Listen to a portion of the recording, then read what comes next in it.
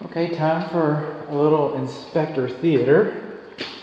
Can I come in? Come on in, Mr. Fire. The door's open for you. Thank you.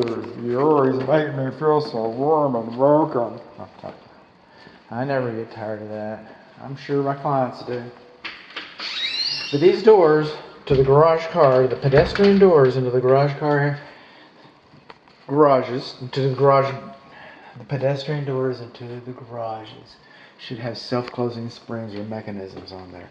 Oh, it wasn't required when this house was. No, they should have springs, self-closing mechanisms. But it's not required in this part of the code. Actually, the current issue of the code, it is. While there's plenty of things that we care about in our garages, the things we care most about are inside the houses, inside the homes, inside the structure. And that's why these should shut. So should there be a fire in the garage, it's the second most common place for a fire to occur, then you would have a reasonable chance to, get out with your life. So there's that. While we're talking about things we're not supposed to be talking about, I mean, it's not the right place for it. This is one of the downstairs thermostats. Okay, a thermostat should not be installed on an exterior wall. Now, is this an exterior wall or not? This kind of goes out just a little bit. It's just like a technicality. But the garage interior is considered part of the exterior. Just ask your crime watch people about that.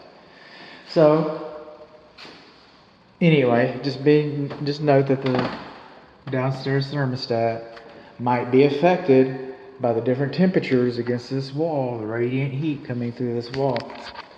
Okay. The conductive heat coming through this wall.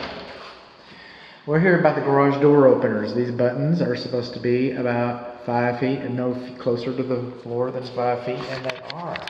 They're far enough away so little hands can't get to them. They should have warning notices posted on them. I'm not seeing a warning notice on this one. Coming on along, our optic sensors are not supposed to be farther from the ground. I just saw a mouse run up in there. How about that? The optic sensors are not supposed to be closer to the garage floor than 6 inches, and these are not. That's a good thing. We've got wooden panel doors. We've got our spring tensions, okay, our door tension springs. But what we do not have is our spring tension warning notices posted on each side of the door. We do not have a warning notice posted on this door. For emergency pull handle, the vintage of this home, it's going to be reasonable to assume that this is not GFCI protected. It's a safety device. It's going to make the report that it's not GFCI protected. Unless I find out otherwise.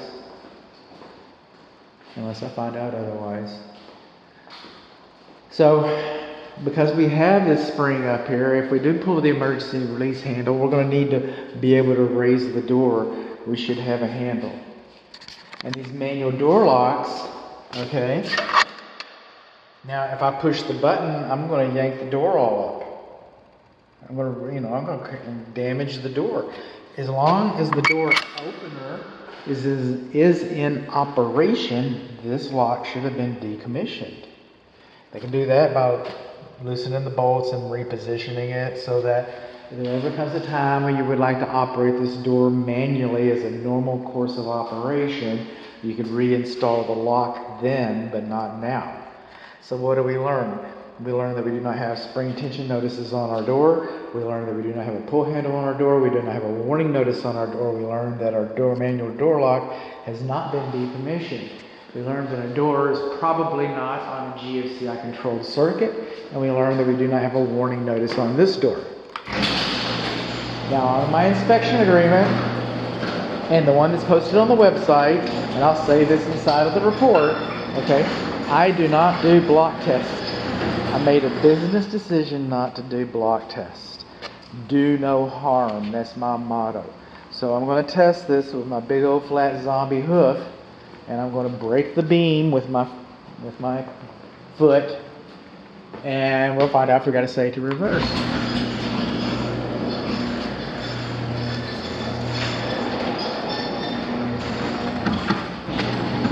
You got to say to reverse. Our courtesy light does work. Let's try this again, shall we? This was the larger garage. Let's go to this smaller garage. A lot of neat things in this garage. We've got our lawn sprinkler. We've got our main electric service panel, load center, call it what you will. So our AT&T connections. We've got all these things. And we're coming over here.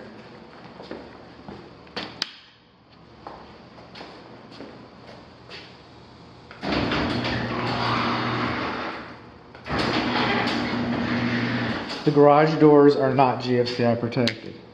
The garage doors are not GFCI protected. This door does not have a self-closing spring. I don't have to go through the whole drama bit, do I? Okay.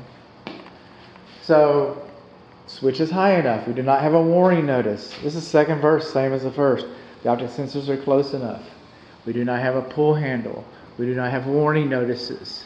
We do not have a warning notice here. We do not have spring tension notices here. Our manual door lock has not been decommissioned. It's not on a GFCI circuit. Our courtesy light does work.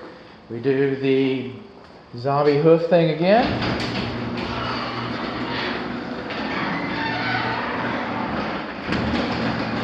That's this. We do have the adjacent bottom door bracket is under severe. So we have one spring tension notice that's just kind of tucked in here. We'll leave that there.